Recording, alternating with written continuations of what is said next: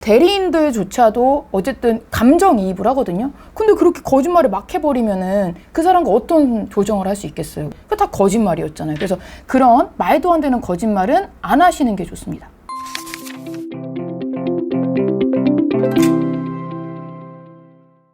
안녕하세요. 여러분의 상속메이트 최혜리 변호사입니다. 오늘은 제가 상속자산 분할심판, 유류 반환 청구 소송과 같은 우리 가족 소송을 많이 하면서 이런 상속 소송에서 이런 일은 하지 않았으면 좋겠다라고 생각하는 5가지 점 말씀드리려고 합니다. 첫 번째는 형사 고소를 남발하는 것은 정말 좋지 않습니다. 물론 형사 고소가 꼭 필요한 순간이 있기는 합니다. 문서를 정말 위조를 했다던가 아니면 계좌이체를 막 아무렇게나 했다거나 이럴 때는 우리가 민사소송에서 우위를 점하기 위해서라도 형사 고소를 할 필요성은 있습니다. 그런데 그런 경우가 아니라 막 소송하는 중에 상대방 괴롭히려고 통장이 없어진 것 같아요. 절도입니다. 절도 고소. 막 어머니가 없어졌어요. 실종. 말이 안 되거든요. 그런 고소는. 어머니가 왜 없어요? 어머니 저기 우리 작은 아드님이나 작은 따님이랑 잘 계시지. 그럼에도 불구하고 어떻게든 좀 괴롭히려고 막 고소를 막 남발하시는 경우 있거든요. 그런 말도 안 되는 고소는 송치되지 않습니다. 그러니까 우리가 처벌을 받지도 않겠죠. 말도 안 되는 그 고소로 인하여 자신이 무고죄로 다시 역으로 고소될 수도 있고 처벌받는 경우도 있다는 것입니다. 남발하는 형사 고소는 위험성이 있을 수 있으니까 자제하시기를 부탁드리겠습니다.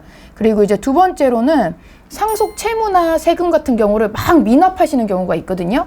일부러 막 도와주지 않고 이런 경우가 있어요. 근데 그런 것은 지양하시는 게 좋습니다. 물론 일부러 채무 변제를 하지 않고 상속세나 이런 걸 내지 않는 경우도 있습니다. 이거는 전략적으로 그러는 건데요. 그런 경우는 어느 경우만 그러냐면 재산을 지금 함께 갖고 있을 수 있는 사정이 안 되는 거예요. 근데 같이 매도하고 이러기에 너무너무 시간도 많이 걸리고 어쨌든 협의하기가 너무 어려울 것 같을 때는 빨리 그냥 경매 처리하려고 날리기 위해서 그런 전략을 쓸 수 있지만 그런 것이 아니라 사실은 실제로는 상속소송을 하는 경우에는 경제적으로 조금 이득을 더 보기 위함이잖아요.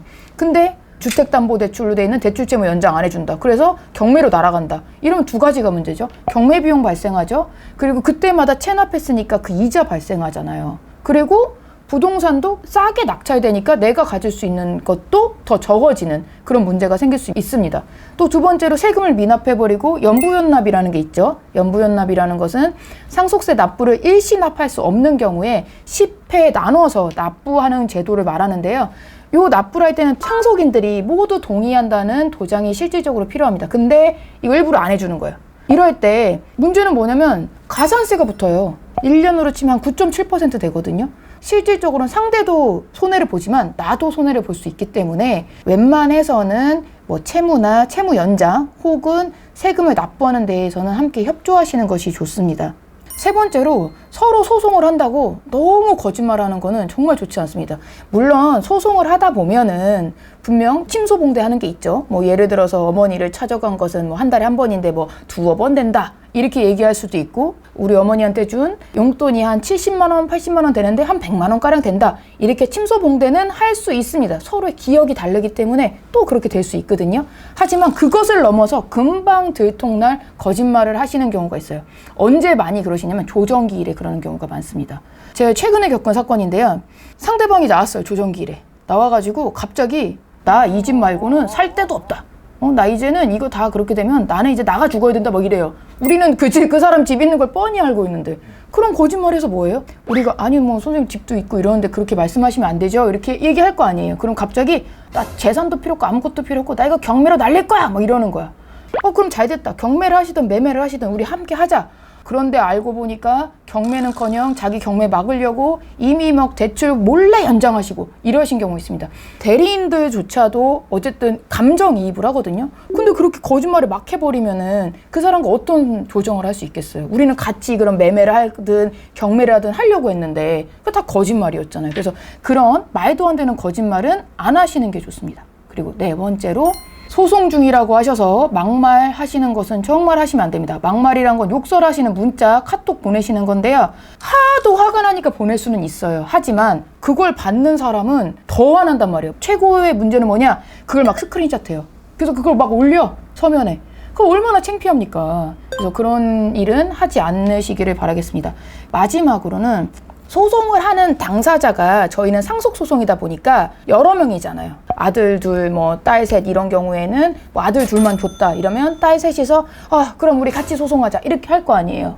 그때는 뭐 이제 같이 뭉쳐서 소송을 했어. 그런데 분란이 나는 경우가 있습니다. 그거는 정말로 하시면 안 되는 거거든요. 나랑 함께 뜻을 했던 다른 상속인들까지도 피해를 입을 수 있는 상황이 오고, 가장 큰 문제는 대리인으로서 하나의 소송을 쭉 이끌어야 되는데 의견이 너무 분분하다 보면 그 어떤 서면도 쓸 수 없는 상황이 오게 되는 것입니다. 만약에 소송을 원고로서, 청구인으로서 우리 셋이서 하자, 우리 넷이서 하자 이랬을 경우에는 다소 서로 감정이 상하는 부분이 생긴다 하더라도 말을 좀 더 조심하고 일치된 의견을 내려고 노력하셔야 될 것 같습니다.